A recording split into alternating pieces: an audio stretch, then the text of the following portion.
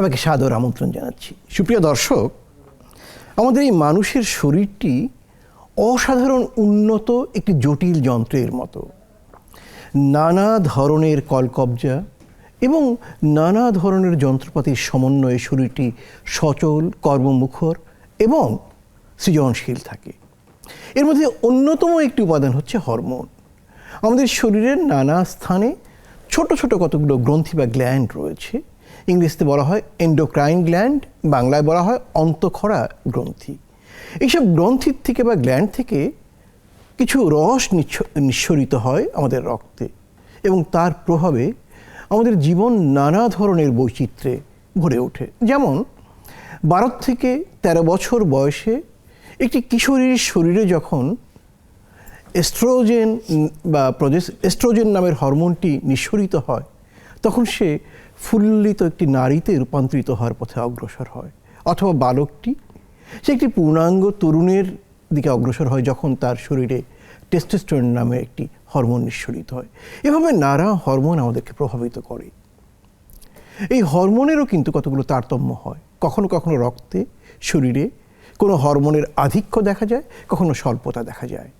এর প্রভাবে নারীর শরীরে, নারীর স্বাস্থ্যে কী কী প্রভাব পড়ে, তার নারীত্বের বৈশিষ্ট্যে কী কী প্রভাব পড়ে, আমরা আজকে সেই বিষয়গুলো নিয়ে কথা বলবো। তাই আমাদের আলোচনার শিরোনাম হচ্ছে নারীর হরমোনজনিত সমস্যা। দুজন অতিথি, দুজনেই স্ত্রীরোগ বিশেষজ্ঞ এবং দুজনেই তার নিজস্ব মেডিকেল কলেজের বিভাগীয় প্রধান এবং দুজনেই অধ্যাপক। আমি আপনাদের সাথে পরিচয় করিয়ে দিচ্ছি। আমার বাঁ দিক থেকে অধ্যাপক ডক্টর সারিয়া তাসনিম, তিনি আছেন ঢাকা কমিউনিটি মেডিকেল কলেজ ও হাসপাতালে। আমি আগেই বলেছি তিনি স্ত্রীরোগ বিশেষজ্ঞ এবং এই বিভাগের তিনি তার হাসপাতালে মেডিকেল কলেজে বিভাগীয় প্রধান। আপনাকে সুস্বাগত। এবং সাথে আছে সুজন, সুদূর যশোর থেকে এসছেন। যশোরের গুড়ের স্বাদ নিশ্চয়ই তিনি বইয়ে নিয়ে এসেছেন আমাদের জন্য। অধ্যাপক ডক্টর মালা বণিক, তিনি স্ত্রীরোগ বিশেষজ্ঞ এবং যশোর মেডিকেল কলেজ এবং হাসপাতালে তিনিও বিভাগীয় প্রধান। আপনাকে সুস্বাগত জানাচ্ছি। ধন্যবাদ আপনাকে। সুপ্রিয় দর্শক, আমাদের এই আলোচনায় আপনারাও কিন্তু যুক্ত থাকতে পারেন।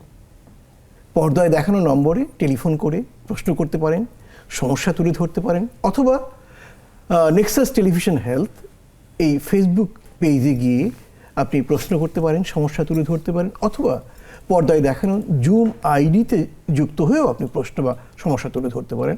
আমাদের অতিথিদ্বয় সানন্দে আপনাদের প্রশ্নের জবাব দেবেন এবং সমস্যা সমাধানের পথ দেখাবেন।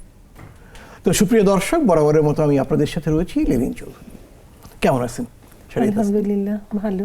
ডক্টর মালা বণিক, আপনি কেমন আছেন? জি ভালো আছি। আচ্ছা, ঢাকায় যতটা গরম, যশোরে কি ততটাই গরম না বেশি? একটু বেশি। তাই? তার মানে ঢাকায় এসে আপনার একটু ঠান্ডা ঠান্ডা লাগছে, তাই না? কিছুটা। চমৎকার। আচ্ছা প্রফেসর তাসনিম, আপনি আমাদেরকে প্রথমত বলুন, যে কোনো মানুষের এবং নারীর শরীরে তো প্রচুর হরমোন নিঃসৃত হয়। এর মধ্যে কোন হরমোনটির জন্য সমস্যা বেশি আপনাদের চোখে পড়ে?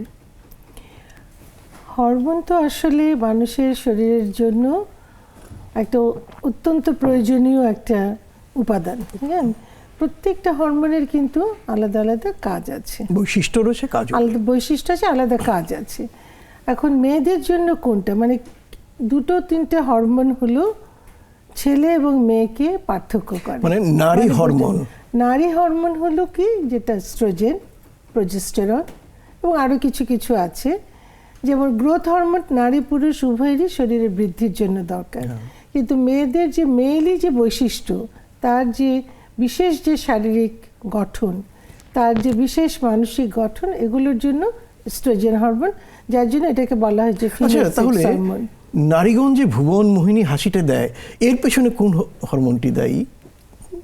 হাসির পেছনে এস্ট্রোজেন হরমোন তো অবশ্যই আছে, কিন্তু তার সাথে আরও কিছু কিছু বিষয় আছে, হ্যাঁ, যেটা মস্তিষ্ক থেকে নিঃসৃত হয়। হ্যাঁ, ঠিক হরমোন নয়, কিন্তু অন্য। কারণ ছেলেরাও হাসে, মেয়েরাও হাসে। ছেলেদের হাসতে বিটকেল বিটকেল একটা চেহারা হয়, আর মেয়েদের যে চমৎকার দেখায়, এর পেছনে এস্ট্রোজেন। তো অনেক নায়কের হাসি দেখে যে মেয়েরা পটে যায়, সেটা তো যেত না, তাই না? উত্তম কুমারের হাসি তো নিশ্চয়ই আপনি বাদ দিতে পারবেন না কোনোভাবেই, বিটকেল বলা যাবে। ও আচ্ছা আচ্ছা আচ্ছা, জি হ্যাঁ। তারপরে এস্ট্রোজেন। আচ্ছা, তো যেটা বলছিলাম যে এই এস্ট্রোজেন হরমোন যেমন শরীরের মানে সমস্ত কার্যক্ষমতার জন্য দরকার, বৈশিষ্ট্যের জন্য দরকার।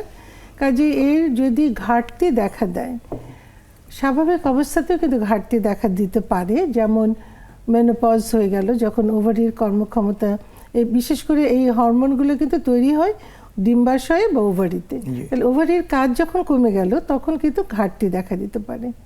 আবার অনেক সময় কিন্তু এই হরমোনের আধিক্য হতে পারে, বা আধিক্য যদি বা নাও হয়, মানে তার যে কাজটা আনঅপোজড বা অনিয়ন্ত্রিত হতে পারে, সেরকম হলে কিছু কিছু জটিলতা দেখা দেবে, যেমন পলিসিস্টিক ওভারি। আচ্ছা, আমরা বরঞ্চ জটিলতার জায়গায় একটু পরে আসি, প্রাথমিক আলোচনাটা একটু করি। হ্যাঁ জি, ডক্টর প্রফেসর বণিক, এস্ট্রোজেনের কথা আসলো। আরেকটি হরমোন নারী এবং পুরুষ উভয়ের মধ্যে রয়েছে, thyroid hormone. Thyroid hormone.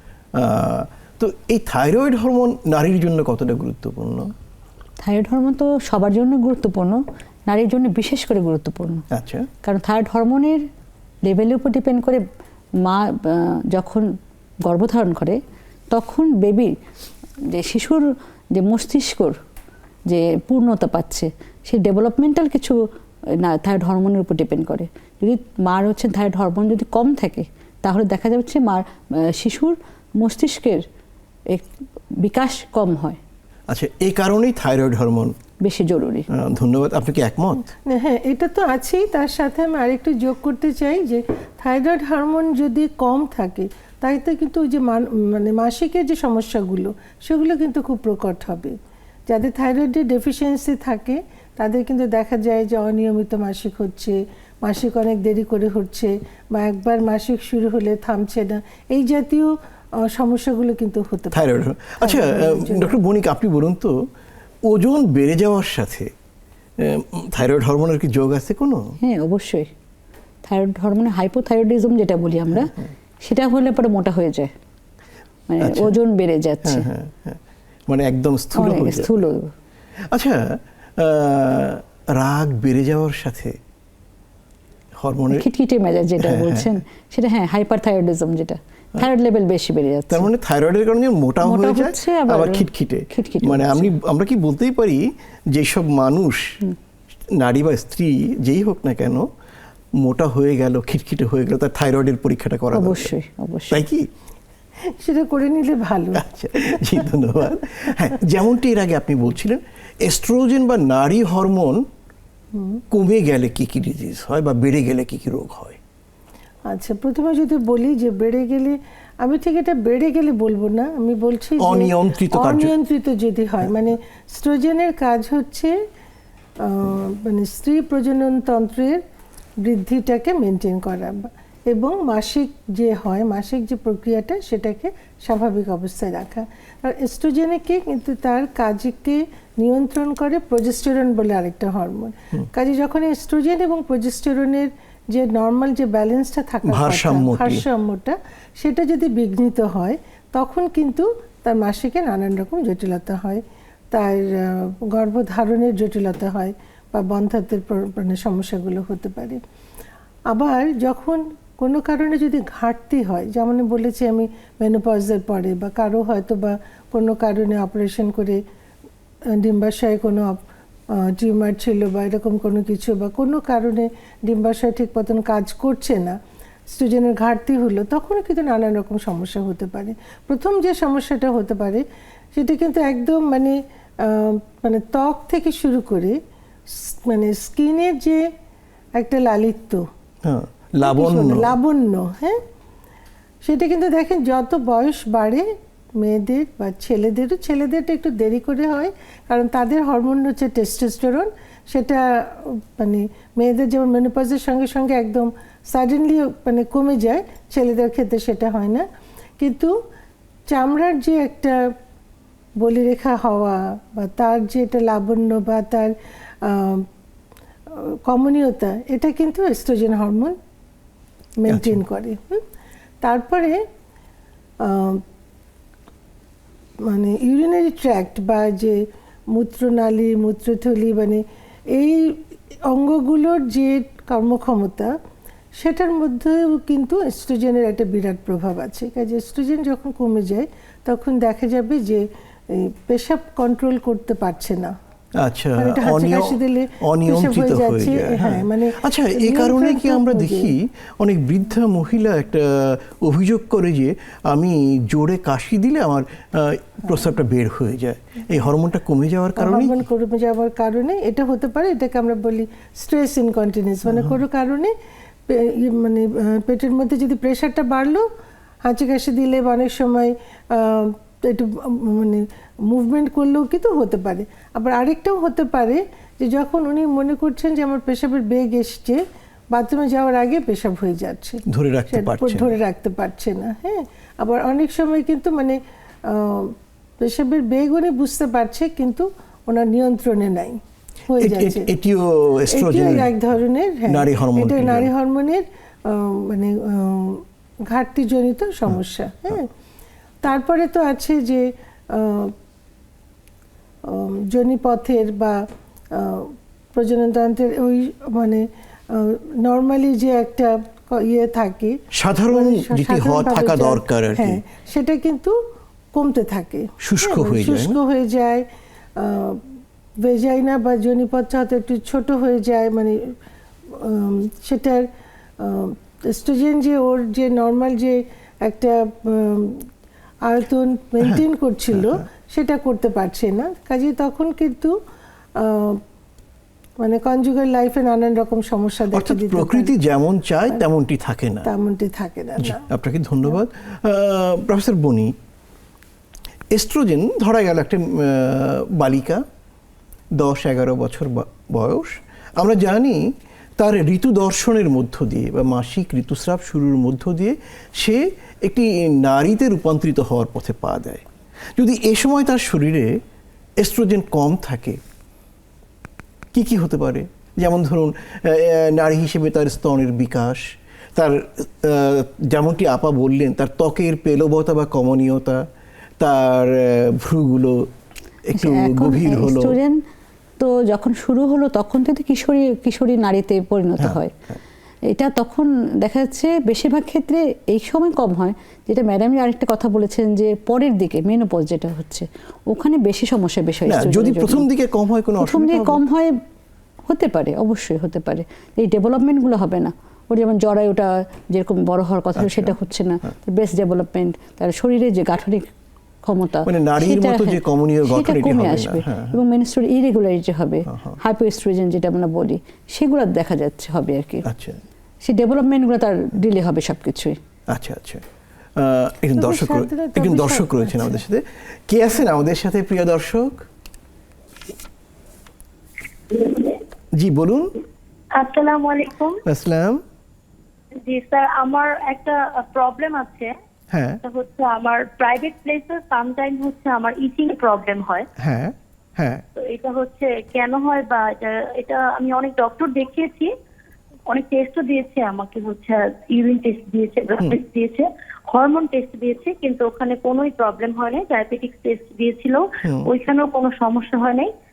But আমি ওষুধ খেয়েছি, কোর্স কমপ্লিট করেছি, মলম দিয়েছিল, ওগুলা হচ্ছে ইউজ করেছি, কিন্তু এই প্রবলেম একেবারেই যাচ্ছে না। আপনার বয়সটি কত? আমার বয়স হবে 30+। বিবাহিতা? জি। সন্তান আছে? জি। ডায়াবেটিস জাতীয় কোনো সমস্যা আপনার আছে? না না। আচ্ছা, জি, আপনি থাকুন আমাদের সাথে। জি, আমার মনে হয় এই প্রশ্নের উত্তরটা দিয়ে আপনি। আমার ওর প্রশ্নের উত্তর কিন্তু বলবো, এটা কিন্তু হরমোন জনিত সমস্যা না। হ্যাঁ, মানে চুলকানি আছে যেটা মানে ইচিং, তার মূল কারণ কিন্তু এক ধরনের ছত্রাক সংক্রমণ, ক্যান্ডিডা আলবিকান্স বা মনিলিয়াসিস, সেটার জন্য কিন্তু হতে পারে। আর সেটা হওয়ার কারণ কিন্তু একটা কারণ হলো যদি ডায়াবেটিস থাকে, অনিয়ন্ত্রিত ডায়াবেটিস। আরেকটা হতে পারে কিছু নিজস্ব অভ্যাসের কারণে, যেমন ধরেন যে হাইজেনিক প্রোডাক্টসগুলো যদি খুব বেশি ব্যবহার করা হয়, নর্মালি কিন্তু যোনিপথে কিছু জীবাণু থাকে যেগুলো ভালো জীবাণু, অর্থাৎ প্রয়োজনীয় জীবাণু। হ্যাঁ, তো অতিরিক্ত সাবান ব্যবহার করলে বা আদার হাইজেনিক প্রোডাক্ট ব্যবহার করলে বা ভেজাইনাল ওয়াশ বেশি ব্যবহার করলে কিন্তু ওই যে উপকারী মাইক্রো অর্গানিজমগুলো বা জীবাণুগুলো সেগুলো কিন্তু নষ্ট হয়ে যায়, তখন তার নর্মাল যে একটা ডিফেন্স মেকানিজম কাজ করে সেটা কিন্তু বিঘ্নিত হয়, তখন এরকম চুলকানি হতে পারে। হ্যাঁ, তো আমার মনে হয় ওনাকে যখন ডাক্তার দেখেছেন, ওষুধ দিয়েছে, ওনার এই ধরনের কোনো অভ্যাস থাকলে সেটা থেকে একটু সেটাকে চেঞ্জ করতে হবে। আর আমরা খুব সাধারণভাবে বলি যে যে পানিটা ব্যবহার করা হয় টয়লেটে, তাতে যদি একটু লবণ মিশিয়ে নেয় আর ওখানকার যে পিএইচটাকে একটু চেঞ্জ করতে পারলে কিন্তু এটা কমানো যেতে পারে সমস্যা। অনেক ধন্যবাদ। সুপ্রিয় দর্শক, সময় হলো একটা ছোট্ট বিরতি নেয়ার, সাথেই থাকুন, দ্রুতই ফিরে আসবো। সঙ্গে থাকার জন্য অনেক অনেক ধন্যবাদ। সুপ্রিয় দর্শক, আমরা কথা বলছি নারীর হরমোনজনিত সমস্যা এই বিষয়টি নিয়ে। প্রফেসর ডক্টর সারিয়া তাসনিম এবং প্রফেসর ডক্টর মালা বণিক, দুজন সবিষয়ে অভিজ্ঞ এবং খ্যাতনামা চিকিৎসক আমাদের সাথে রয়েছেন। এবং প্রিয় দর্শক, পর্দায় দেখানো নম্বরে টেলিফোন করে আপনারাও যুক্ত থাকতে পারেন এবং তুলে ধরতে পারেন প্রশ্ন বা সমস্যা। জি, যেমনটি আমরা আলাপ করেছিলাম থাইরয়েড হরমোন নিয়ে। থাইরয়েড হরমোন কমে গেলে নারী শরীরে, নারীর স্বাস্থ্যে আর কি কি প্রভাব পড়তে পারে? থাইরয়েড হরমোনের জন্য নারীর যে মাসিকের অনিয়মিত হচ্ছে প্রথমে। হ্যাঁ, এটা তো বললেন এর আগে। হচ্ছে বেশি বেশি মাসিক হচ্ছে এবং দেখা যাচ্ছে যখন বেশি বেশি মাসিক মানে কি পরিমাণ রক্তক্ষরণটা বেশি হচ্ছে। এবং তারপর যখন তার বিয়ে হলো, সন্তানিতে যখন ধারণ ক্ষমতা আসবে, সেই সন্তান ইনফার্টিলিটি বলি, তখন সন্তান হচ্ছে না, এরকম হতে পারে, ওভুলেশন ঠিকমতো হচ্ছে না। তার মানে বন্ধ্যাত্বের একটি কারণ হতে পারে থাইরয়েড হরমোন কমে গেলে। হ্যাঁ, এটাও একটা কারণ। আর তারপরে সন্তান আসার পরে অ্যাবর্শন হতে পারে, সন্তানটা গর্ভপাত হতে পারে। আচ্ছা, তারপরে তো আমি তো বলেছি, যদি সন্তানটা ধরা গেল গর্ভপাত হলো না, গর্ভে থাকলো, তার কোনো জন্মগত ত্রুটি বা অস্বাভাবিকতা হতে পারে? ত্রুটি হতে পারে। আমরা বলেছি ব্রেইনে ডেভেলপমেন্ট হতে সমস্যা হচ্ছে, কনজেনিটাল গয়টার হতে পারে, নানান সমস্যা হতে থাকে। আর বিশেষ করে একটা আমরা খেয়াল করছি এখন আমাদের সমাজে, সোসাইটিতে, যে সাবক্লিনিক্যাল হাইপোথাইরয়েডিজম, অর্থাৎ আমরা কিছু বলছে না রোগীরা, কিন্তু আমরা ইনভেস্টিগেশন করে দেখা যাচ্ছে যে তার টিএসএইচ লেভেল কম বা T4 লেভেলটা কম। আচ্ছা, টিএসএইচ লেভেলটা বেশি, T4 লেভেলটা কম আর কি। হাইপোথাইরয়েডিজম বেশি পাচ্ছি হাইপারথাইরয়েডিজম ক্ষেত্রে। তো সেই জন্য আমরা দেখা যাচ্ছে এখন রুটিনলি আমরা কিছু সবাইকে প্রেগনেন্সি অ্যান্টিনেটাল চেক আপ যখন আসে আমাদেরকে, তখন আমরা রুটিনলি চেক আপ করি যে টিএসএইচ লেভেল, T4 T3 লেভেলে দেখি তার কি অবস্থা, থাইরয়েড স্ট্যাটাসটা কেমন। আচ্ছা, আপনি তো ঢাকাতে ছিলেন, তারপরে যশোরে গেলেন। আপনাদের কাছে যে রোগীরা আসে থাইরয়েড হরমোনের পরীক্ষা করে, ঢাকা এবং যশোরের মধ্যে কোনো পার্থক্য কি লক্ষ্য করেন, না একই রকম? একটু বেশি, গ্রাম অঞ্চলে বেশি। কারণ হচ্ছে একটু সচেতনতার একটু আছে, আমাদের অভাব আছে। যেমন আমরা বলি লবণ, আয়োডাইজ সল্ট খেলে পরে থাইরয়েডের সমস্যাটা কমে যায়। সব জায়গায় তো, যেমন ঢাকা শহরে অনেকেই সে আয়োডাইজ সল্টটা খাচ্ছেন, কিন্তু বাইরে তো সেটা খাচ্ছেন না, সবাই নর্মাল সল্টটা খাচ্ছেন, সেটা আয়োডিনটা পাচ্ছে না, তখন তাদের টিএসএস লেভেলটা বেশি হচ্ছে, থাইরয়েড হরমোনটা কমে যাচ্ছে। আচ্ছা, আপনি একটি ধারণাগত বিষয় বলেন, ঠিক সমীক্ষা না, ধরা গেল 10 জন গর্ভবতী নারী আপনার কাছে এলো, আপনি সবার থাইরয়েড পরীক্ষা করলেন, থাইরয়েড হরমোন, এর মধ্যে সাধারণত গড়ে কজনের মতো থাইরয়েডের সমস্যা পেয়ে থাকেন? এক্স্যাক্ট স্ট্যাটাস বলতে না পারলেও মোটামুটি আমাদের মনে হয় যে 10 জনের মধ্যে একজনকে তো পাচ্ছি আমরা। আচ্ছা, 10 থেকে 15 জনের মধ্যে একজন পাচ্ছি। আপনি তো আজকে অধ্যাপক, একসময় আপনি সহকারী অধ্যাপক ছিলেন, সহযোগী অধ্যাপক ছিলেন, আপনার কি মনে হয় যত দিন যাচ্ছে থাইরয়েডের সমস্যা তত বাড়ছে? হ্যাঁ, বাড়ছে। জি, আমাদের বাড়ছে, কারণ আমরা হয়তো আমাদের খাবারের যে পরিমাণ থাকার কথা ছিল সেটা পাচ্ছি না আমরা, এটা হতে পারে। আচ্ছা আচ্ছা, কিন্তু ইতিমধ্যেই কিন্তু আমরা আর কতগুলো নতুন তথ্য পেয়েছি গবেষণালব্ধ। সম্প্রতি যেটা এসছে সেটা হচ্ছে আমাদের পানিতে এমন কিছু উপাদান পাওয়া গিয়েছে যেটি ক্যান্সার তৈরি করে এবং থাইরয়েডের কর্মক্ষমতাকে কমিয়ে দেয়। আমি বোধহয় আজকেই না গতকাল এরকম একটা রিপোর্ট এর প্রকাশটা দেখলাম। যাই হোক, ধন্যবাদ আপনাদেরকে। একজন দর্শক রয়েছেন আমাদের সাথে, কে আছেন প্রিয় দর্শক? জি, আপনি আবার একটু বলতে হবে আপনার নামটা। জি হ্যাঁ, আপনার বয়স কত, সমস্যাটা কি? আমার বয়স 20 বছর, আর সমস্যা হরমোনজনিত সমস্যা। ম্যাডাম যেরকম বলল যে অনিয়মিত মাসিক যেটা আমার আছে। আপনার কথাটা বুঝতে কষ্ট হচ্ছে, একটু মুখটা টেলিফোনের কাছে নিয়ে কথা বলুন। জি, হ্যাঁ বলুন। হ্যালো, হ্যাঁ হ্যাঁ এখন শোনা যাচ্ছে, হ্যাঁ বলুন। বলতেছি যে আমি 1 বছর যাবত কনসিভ করার চেষ্টা করছি, কিন্তু হচ্ছে না। আর আমার অনিয়মিত হচ্ছে। এরপর আমি সেই গাইনিক থেকে একজন ডক্টরের কাছ থেকে মানে পরীক্ষা করার পর আমার পরীক্ষা দেয়, একটা হচ্ছে LH, যেটা হচ্ছে 20.8, যেটা হচ্ছে 0.21। আমাকে বলে এটা আপনি আবার টেলিফোনটা লাইন কেটে আবার ফোনটি করুন, কারণ আপনার কথা আমরা স্পষ্ট বুঝতে পারছি না। তাহলে কথা না বোঝা গেলে তো ঠিক সঠিক উত্তর দেওয়াটা কঠিন হয়ে যাবে। জি, প্রফেসর শাহিদ তাসনিম, জি। আপনি বিরতির আগে একটা জায়গায় বলছিলেন, আমি একটি প্রশ্ন করেছিলাম যে যদি কম বয়সী বালিকার 12-13 বছর বা 10 বছর তাদের শরীরে প্রথম দিকেই নারী হরমোন এস্ট্রোজেন যদি কম থাকে তাহলে কি প্রভাব পড়তে পারে? আচ্ছা, প্রথমে বলি যে এই বয়সে যখন মানে এই হরমোনটা তৈরি হওয়ার কথা, মানে স্বাভাবিক মাত্রায় তৈরি হবার কথা, তখন যদি না হয় সেটা কিন্তু এইটার অন্তর্হিত অন্য কোনো কারণ আছে। যেমন তার ব্রেইনে যে একটা অংশ আছে হাইপোথ্যালামাস, যেখান থেকে সমস্ত অর্গানের যে হরমোন তৈরি করার যে স্টিমুলেশন বা মানে যে মেসেজটা যায়, যে ধরেন থাইরয়েডের জন্য একটা মেসেজ গেল, থাইরয়েড স্টিমুলেটিং হরমোন, সে যে থাইরয়েডকে বলছে যে তুমি এখন এই হরমোন তৈরি করো, ঠিক সেই রকম গোনাডোট্রফিন রিলিজিং হরমোন হাইপোথ্যালামাস থেকে বের হবে, সেটা যে ডিম্বাশয়কে বলবে যে তুমি এখন,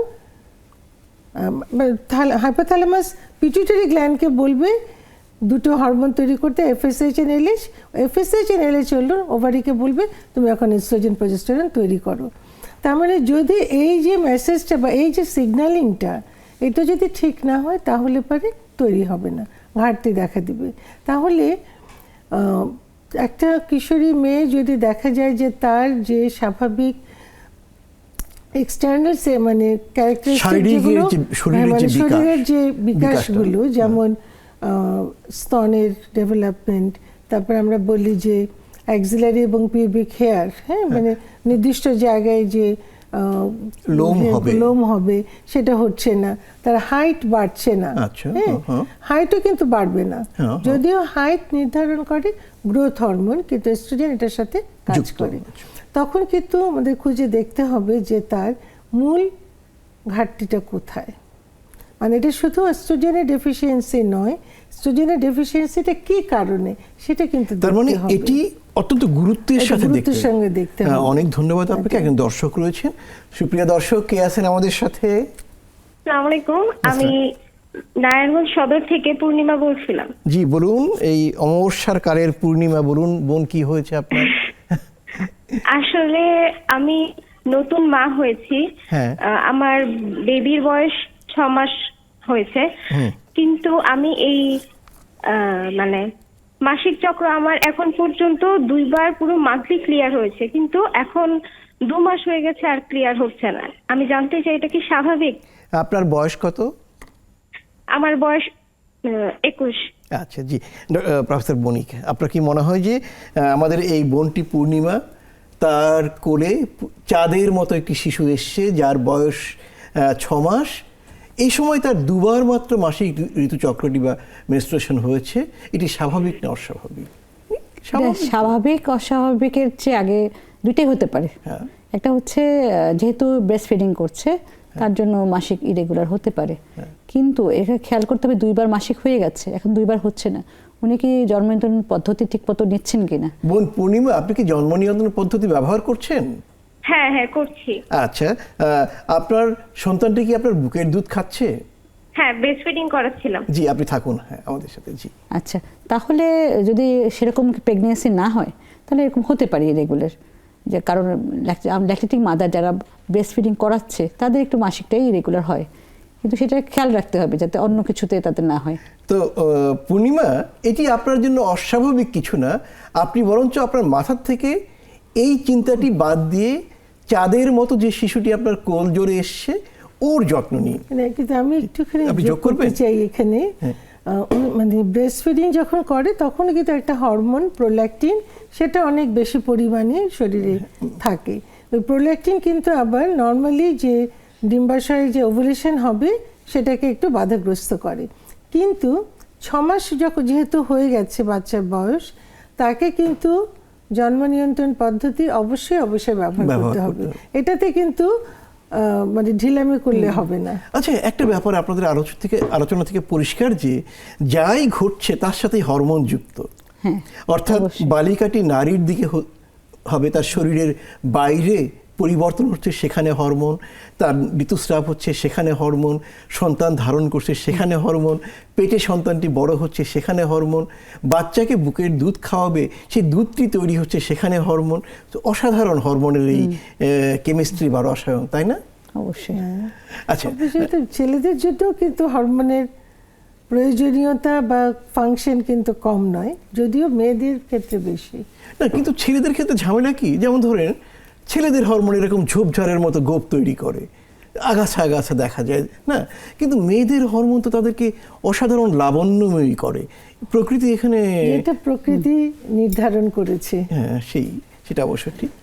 আচ্ছা, আমরা যে কথা বলছিলাম, মালাবনী, থাইরয়েড হরমোন নিয়ে আর কিছু বলবেন কি? যেমন ধরুন বেড়ে গেল, কি অসুবিধা হবে? বেড়ে গেলে সেটা হচ্ছে হাইপারথাইরয়েডিজম। এতে কি সন্তান বাচ্চা গ্রহণ করতে পারবে সে? এখানেও সমস্যা হতে পারে। আচ্ছা, হ্যাঁ, এখানেও যে অ্যাবর্শন হতে পারে, বেবিগুলার আবারও জটিলতা হতে পারে, শিশু বিকাশের ডেভেলপমেন্টাল ক্ষতি হতে পারে। সেই জন্য আমাদেরকে দুইটাই খারাপ, হাইপো আর হাইপার দুইটাই, হাইপোথাইরয়েডিজম দুইটাই খারাপ। কিন্তু দেখা যাচ্ছে ইনসিডেন্স যেটা হাইপোথাইরয়েডিজম বেশি হচ্ছে, হাইপারথাইরয়েডিজম কম হচ্ছে। তার মানে অতিরিক্ত গরম যেমন আমরা কয়েকদিন আগে দেখলাম, এটাও ভালো না, আবার তীব্র শীতও ভালো না, মাঝামাঝি থাকতে হবে। আমাদেরকে মেনটেন করতে হবে লেভেলটা আর কি। আমরা সবসময় চিন্তা করি প্রেগনেন্সি যখন হয়, গর্ভধারণ করে, প্রথম ট্রাইমেস্টারে অবশ্যই 2.5 TSH লেভেল এরকম একটা মেনটেন করতে বলি, যাতে অ্যাবর্শন হয় না, বেবির কোনো ক্ষতি না হয়। অনেক ধন্যবাদ। আবারও সময় হলো একটা ছোট্ট বিরতি নেওয়ার। সুপ্রিয় দর্শক, সাথেই থাকুন, দ্রুতই ফিরে আসবো।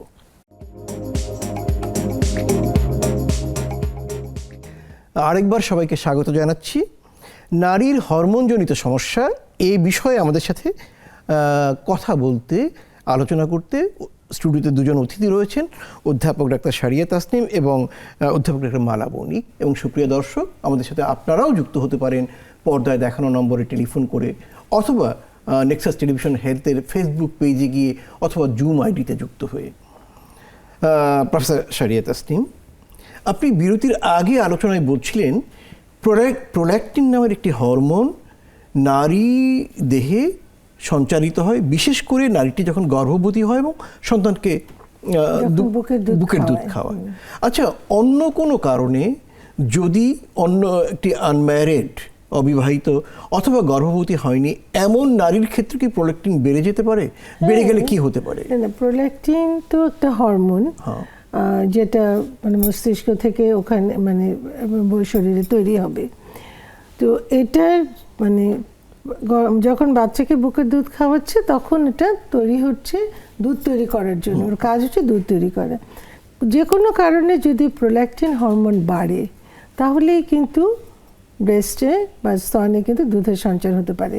মানে বাচ্চাকে খাওয়ানোর সময় যে পরিমাণ দুধ তৈরি হচ্ছে সেটা না হলেও কিছু কিছু হতে পারে।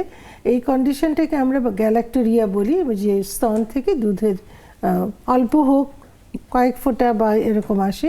এবং এটা কিন্তু খুবই একটা মানে যেমন বিরক্তিকর তেমন একটা উদ্বেগের বিষয় বটে। হ্যাঁ, তো এরকম হলে আমাদের মোটা দাগে আমি কয়েকটা কারণের কথা বলি। যেমন কিছু কিছু ওষুধ খাওয়ার জন্য কিন্তু এটা হতে পারে। আচ্ছা, যেমন গ্যাস্ট্রিকের একটা ওষুধ আছে, ডমপেরিডন গ্রুপের ওষুধ, যেটা মানে ওই পেটের ভেতরে গ্যাস কমানোর জন্য বা হজম ভালো করার জন্য কেউ খাচ্ছেন, সে অনেক দিন ধরে যদি খায় তাহলে সেটার জন্য কিন্তু প্রোল্যাকটিন বেড়ে হতে পারে।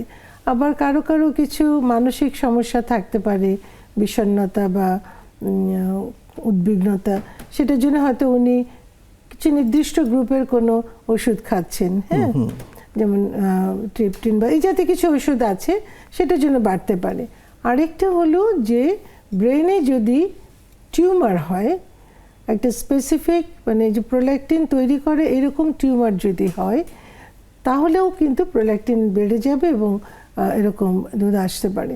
তাহলে এখন যারই এরকম হোক না কেন, প্রথমত দেখা দরকার যে সে প্রেগনেন্ট কিনা বা সে বুকের দুধ খাওয়াচ্ছে কিনা। এই অবস্থা ছাড়া আর কারো যদি এরকম প্রবলেম হয়, তাহলে কিন্তু অবশ্যই পরীক্ষা করে দেখতে হবে কেন তার প্রোল্যাকটিন বাড়লো। জি, অনেক ধন্যবাদ। একজন দর্শক রয়েছেন, সুপ্রিয় দর্শক, কে আছেন আমাদের সাথে? জি, আসসালামু আলাইকুম। আসসালাম। আমি উত্তরা থেকে বলছি। জি, আমার মেয়ের বয়স 19। হ্যাঁ, তো ওর 14 বছরে ফার্স্ট পিরিয়ড হয়, নরমালি হয়েছে। এরপর থেকে 2-1 বার হওয়ার পর ওর পিরিয়ডটা বন্ধ হয়ে যায়। হ্যাঁ, দেন ডক্টর ওকে ক্লিউ 35 আর নভিসিড 500, জি, হ্যাঁ, এই দুটো মেডিসিন 6 মাস করে খাওয়াচ্ছেন, 1 বছর করে খাওয়াচ্ছেন। এরকম করে যখনই খায় তখন ওর পিরিয়ডটা ক্লিয়ার হয়, আর যখন খায় না তখন আর নরমাল পিরিয়ডটা হয় না। আচ্ছা, ওর শরীরের ওজন কেমন হবে? ওর ওজন 61 ছিল, 5 feet 1 হাইট। হ্যাঁ, তো এখন ওজন কমিয়ে ও 56-7 এর মধ্যে এনেছে আর কি। আচ্ছা, আর মাথার চুলটা পড়ে যাচ্ছে একটু। হ্যাঁ। আর এমনি একটু সে সারাদিন লেজি লাইফ লিড করে, যেমন ঘুম মানে ম্যাক্সিমাম সময় শুয়ে থাকে বা শুয়ে থাকতেই পছন্দ করে, একটু বসে থাকতে পছন্দ করে, খুব অ্যাক্টিভ না মানে। তো এখন আমার প্রশ্ন হচ্ছে, এই যে মেডিসিন গুলো খাচ্ছেও, এটা কি ও কন্টিনিউ করলে ওর ক্ষতি হবে অন্য বডির অন্য কোনো অর্গানের, লিভার বা অন্য কোনো অর্গানের জন্য? জি, বা আপনি মেডিসিনটা অফ করে দিয়ে কি ও নরমাল আমরা কি দেখবো? জি, আপনি থাকুন আমাদের সাথে, আপনাদের যে কেউ প্রশ্নটা উত্তর দিতে পারেন। কি মালা বলবেন? বলতে পারি, ওনার যেটা দেখে শুনে মনে হচ্ছে পিসিওস বেবি, মানে পলিসিস্টিক ওভারিয়ান সিনড্রোম মনে হচ্ছে দেখে। ওয়েটটা একটু বেশি আর ইরেগুলার সাইকেলটা হচ্ছে। তো এটা হচ্ছে প্রথমেই আমরা এটা ইরেগুলার সাইকেলের জন্য তার ওয়েটটাকে কমাতে হবে। লাইফস্টাইল মডিফিকেশন প্রথম ইম্পর্টেন্ট জিনিস। ওষুধের চেয়েও বেশি দরকার হচ্ছে লাইফস্টাইল মডিফিকেশন। কিন্তু বাচ্চারা তো অলসতা পছন্দ করে। হ্যাঁ, অলসতা পছন্দ করছে বলেই তো তার ওয়েটটা বাড়ছে, এবং সবকিছু একটা সাইকেল, ভিসিএস সাইকেলে তৈরি হচ্ছে। একটু কমেছে, আরেকটু যদি কমাতে পারে আরেকটু ভালো হবে। যে তার ডায়েটিং, ফাস্ট ফুড খাবে না, তারপর হচ্ছে exercise, yoga is very good for this. এগুলো যদি করে তাহলে মেডিসিনের চেয়ে ভালো হচ্ছে লাইফস্টাইল মডিফিকেশন। এই যে দুটো ওষুধ, এই দুটো যে মেটফরমিন খাচ্ছে আর আরেকটা কি জানি বললো, ক্লিও খাচ্ছে। ক্লিও হচ্ছে তাহলে স্পাইনোলেক্টন। এটা তো এত বেশি খাওয়াটা আসলে বাইসে মনে হচ্ছে না, অনেক দিন ধরে খাচ্ছে। এটা কতদিন খাওয়া যেতে পারে? এটা তো অনেক দিন, এতদিন খাওয়ার 6 মাস ম্যাক্সিমাম খাওয়াতে পারে। 6 মাসের বেশি ওর খাওয়ার। থাইরয়েড টেস্ট করা হয়েছে কিনা, হাইপোথাইরয়েড হতে পারে, কারণ ও শুয়ে থাকতে পছন্দ করছে। দুটো জিনিস হতে পারে, থাইরয়েডেরও প্রবলেম হতে পারে, ওর কিছু মানসিক প্রবলেমও হতে পারে। মানে মানসিক প্রবলেম বলতে আমি বলছি যে এই বয়সে একটা মেয়ে কিন্তু অনেক বেশি প্লেফুল থাকার কথা, তাই না? মানে সে কোনো কিছুর মধ্যে আনন্দের মধ্যে থাকার কথা, শুয়ে থাকার কথা না কিন্তু তার। হ্যাঁ, তাহলে ওটাকে একটু খুঁজে বের করতে হবে যে আসলে ও কিসে আনন্দ পেতে পারে, ওকে কিভাবে এনগেজ করা যেতে পারে। আচ্ছা, তার মানে আমরা কি এই দর্শককে বলবো যে তার কন্যাটিকে আরেকজন সিনিয়র অভিজ্ঞ ডাক্তারের পরামর্শ নিক? আমার মনে হয় সেটা বোধহয় ভালো হবে। আমি একটু অ্যাড করতে পারি। আমার মনে হয় যে আমাদের সোসাইটিতে এখন বেশিরভাগই সব মেয়েরা একটু ঘরের মধ্যে থাকে, আর সবাই তো একটু মোবাইল নিয়ে একটা ব্যস্ত থাকার চেষ্টা করে, শুয়ে বসে মোবাইল হাতের কাছে থাকে। এখান থেকে মানে একটু অফ হতে পারে ভালো আর কি, যে বাইরে একটু খেলাধুলা করুক বা বাইরের কোনো এক্সারসাইজে অ্যাক্টিভিটিতে সে এনগেজ হোক, তাহলে কিন্তু তার ওয়েটটাও কমবে এবং তার সাইকেলটা রেগুলার হয়ে আসবে। এবং সেক্ষেত্রে এই জাতীয় ওষুধ 6 মাসের পরে একটি বোধহয় মূল্যায়ন করা উচিত। মূল্যায়ন করা উচিত। এত বেশি খাওয়া ঠিক খেয়ে খুব একটা লাভ হবে না, যেমন আচ্ছা। উনি বলেছেন যে যখন খাচ্ছে তখন ভালো, তারপর আর ভালো হচ্ছে না, তাহলে এটা হচ্ছে টেম্পোরারি একটা ইফেক্ট হচ্ছে। তাহলে আমরা বোনটিকে বলি যে তার মেয়েটিকে আরেকজন অভিজ্ঞ স্ত্রীরোগ বিশেষজ্ঞের পরামর্শ অবশ্যই নিন। ডায়েটিশিয়ান দেখালে পরে আরো ভালো। আচ্ছা, তার ডায়েটের কি না, ও তো হচ্ছে কমিয়েছে, কাজে আমার মনে হয় সেটা খুব বড় সমস্যা না। আচ্ছা। আর তবে আরেকটা জিনিস হলো কি যে মাসিক যদি এই বয়সের 14-15 বছরের বয়সের মেয়ের যদি মাসিক কম হয়, এখন 19 বছর। 19 বছর, আচ্ছা মানে কি 14 বছরে তার প্রথম মাসিক শুরু হয়েছে, মানে মাসিক যদি মানে রক্তের পরিমাণ বেশি হয় তখন একটু বেশি চিন্তা যে ওটার অনেক এফেক্ট হবে, একটু কম হলে এত চিন্তিত হবার কিছু নাই। আচ্ছা আচ্ছা আচ্ছা, আরেকটা বিষয়, যেমন আমরা জানি ছেলেদের যে হরমোন সেটির নাম টেস্টোস্টেরন, কিন্তু মেয়েদের শরীরেও এটি অল্প পরিমাণে থাকে। যদি কোনো কারণে এটি বেড়ে যায় তো মেয়েটার শরীরে কি প্রভাব পড়তে পারে? যেমন টেস্টোস্টেরনের যে কাজগুলো যে আপনি বলেছেন যে গোঁফ হবে বা হবে, তাহলে মেয়েদের এরকম অবাঞ্ছিত লোম হতে পারে, মানে যেখানে সাধারণত মেয়েদের লোম হবার কথা নয় সেরকম জায়গায় হতে পারে, মুখমণ্ডলে, গোঁফের ওখানে, তারপরে থুতনিতে, তারপরে হাতে, ব্রেস্ট মানে বুকের উপরে হতে পারে, কেমন। তারপরে তার বডি কনফিগারেশনের মধ্যে বা বডির আকৃতির মধ্যেও একটু পরিবর্তন হতে পারে, তার ওজনটা বেশি হতে পারে, কারণ টেস্টোস্টেরন তো একটা কি বলবো মানে শরীর গঠনকারী একটা হরমোন, হ্যাঁ মানে কাজে এরকম একটু ছেলে টাইপ একটা বৈশিষ্ট্য বডিতে কিন্তু হতে পারে, গলার স্বরের একটু পরিবর্তন হয়ে যেতে পারে। আচ্ছা, তার মাসিকের কোনো সমস্যা হতে পারে? হ্যাঁ, মাসিকের সমস্যা ইরেগুলার, যেমন আগে অনিয়মিত মাসিক, যেমন আগের পেশেন্টের আমাদের কথা বলছিলাম, অনেকদিন পর পর মাসিক হবে, 6 মাস 7 মাসও হতে পারে অনেক সময়।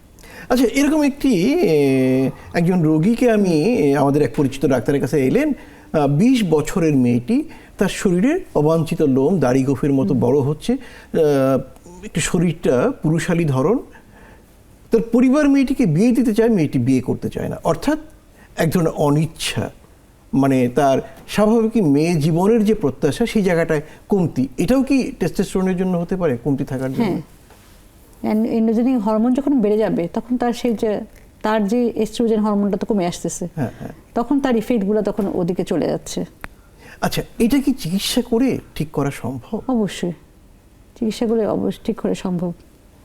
আমরা তো প্রথমে মানে পিসিওএস একটা রোগ, সেটাও কিন্তু এন্ড্রোজেনিক হরমোনগুলো বেড়ে যায়, আচ্ছা, তখনও কিন্তু আমাদের সেই প্রবলেমগুলো তৈরি হতে থাকে, তখন আমরা চিকিৎসা করে সেগুলোকে রেগুলারিটি করে নিয়ে আসি হরমোনগুলোকে। কারো যদি এরকম আপনি যেটা বললেন না বিয়ে দিতে চাচ্ছে, সে বিয়ে করতে চাচ্ছে না বা কিছু, মানে তার এক্সটার্নালি যদি তাকে মনে হয় মেল ফিচারটা বেশি, হ্যাঁ, বা তার ওরকম, তাহলে সেটা কিন্তু এটা আরেকটা প্রবলেম যেটা আমরা ইন্টারসেক্স বলি, যে ওর আসলে জেনেটিক সেক্সটাকে সেটা কিন্তু দেখা দরকার, মানে একটা ছেলে বা মেয়ে তার যে বৈশিষ্ট্য হবে বা সে যে ছেলে বা মেয়ে হবে সেটা কিন্তু জেনেটিক্যালি ডিটারমাইন্ড, হ্যাঁ, মানে XX মেয়ে হবে, XY হলে ছেলে হবে, হ্যাঁ।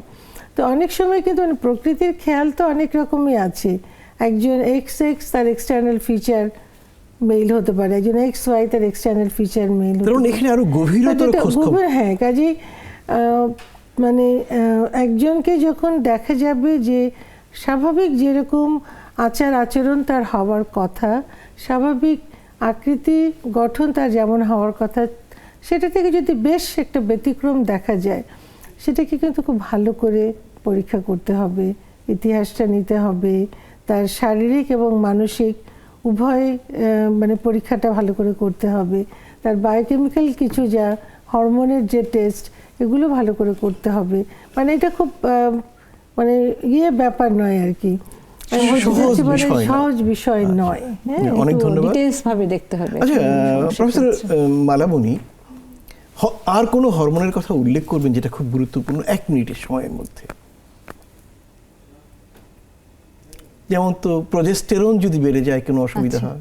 প্রজেস্টেরন বেড়ে যাচ্ছে ঠিক না, মানে ইমব্যালেন্স, অস্বাভাবিকতা, ভারসাম্যহীনতা, হ্যাঁ, সেজন্য তো আমাদের সেই আগের কথাগুলাই আসবে, যেমন বেশি বেশি মাসিক হচ্ছে বা কিছু রোগও, জটিল রোগও হচ্ছে প্রজেস্টেরনের জন্য, AUB বলি, এন্ডোমেট্রিয়াল হাইপারপ্লাসিয়া হয়, সেখান থেকে এন্ডোমেট্রিয়াল কার্সিনোমা হতে পারে, এগুলো এই ধরনের কিছু জটিলতা আমাদের হতে পারে প্রজেস্টেরনের জন্য। আচ্ছা, তার মানে আমরা এস্ট্রোজেন, প্রজেস্টেরন, থাইরয়েড হরমোন এবং টেস্টোস্টেরন। আর কোনো হরমোন কি গুরুত্বপূর্ণ? ইনসুলিন ভুলে গেলে হবে? ইনসুলিনে কি করে? ডায়াবেটিস, মানে নারী পুরুষ সবার জন্যই ডায়াবেটিস। এবং ডায়াবেটিস যদি আমরা প্রতিরোধ করতে চাই, সক্রিয় জীবনযাপন করতে হবে। একদম। আপনাদের দুজনকেই ধন্যবাদ চমৎকার, প্রাণবন্ত এবং তথ্য সমৃদ্ধ আলোচনার জন্য। সুপ্রিয় দর্শক, আমাদের এই মানুষের শরীরটি সত্যিকার অর্থে একটি বিস্ময়ের ব্যাপার।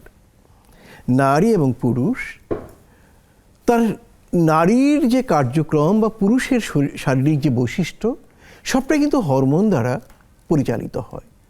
যদি কোনো নারীর স্বাভাবিক নারীত্বের যে বৈশিষ্ট্য, সেগুলো যদি আমরা দেখি বদলে যাচ্ছে, তাহলে মনে করতে হবে প্রথমত হরমোনের কোনো ভারসাম্যহীনতা তৈরি হয়েছে।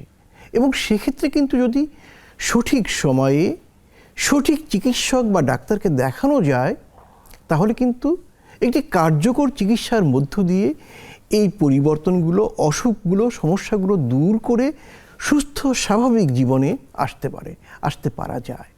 অতএব আমাদের আহ্বান থাকবে, আমাদের অনুরোধ থাকবে, যদি কোনো বালিকার ক্ষেত্রে, কিশোরীর ক্ষেত্রে বা প্রাপ্তবয়স্ক নারীর ক্ষেত্রে কোনো ধরনের অস্বাভাবিকতা দেখা যায়, বিলম্ব না করে দ্রুত একজন স্ত্রীরোগ বিশেষজ্ঞের পরামর্শ নেবেন। তিনি আপনার রোগ মুক্তির সঠিক পথটা দেখাবেন। এতে আপনি, আপনার পরিবারের সবাই সুস্থ থাকবে।